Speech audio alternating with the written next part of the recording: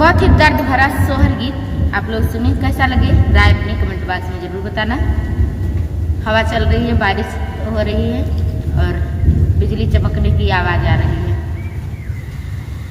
चढ़ते फगुन धन सज धज चलली गावनवायर चलली गावनवानु हो बहुहर जाई पहुँची पिया के नगरिया तो पिया पर दस गए पिया पर दस गए हो बहुहर जाई पहुँची पिया के नगरिया तो पिया पर दस गए पिया पर दस गए हो।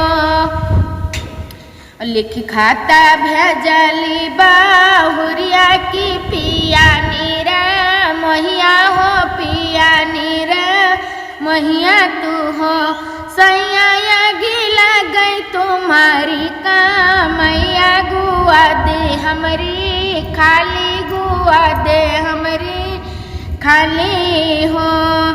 जो पिया चाहो भलैया लौटी घर आवो लौटी घर आवो हो सैया डूबी मरबै कुआं नाई नरवा की मुँह ना दे खैबै तो मुँह ना दे खाइब हो। खत पाड़े सोचे ले विदेशिया लौटी घर आवै लौटी घर आवै हो बहुहर लाई पानी चरण पा खारई हसई बती आवै हसई बती आवै हो। एक मास बीतले की दुई मास बीती गईले तीन मास हो ललन बीतता बीतता नाऊ मास तो हरी लाजा नमली न लाला न जा नमली न हो।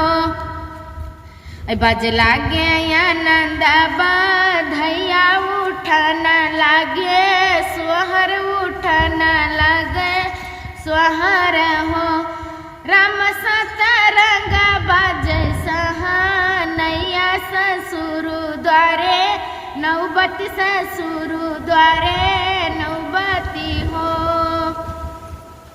बहुत तेज आंधी तूफान है।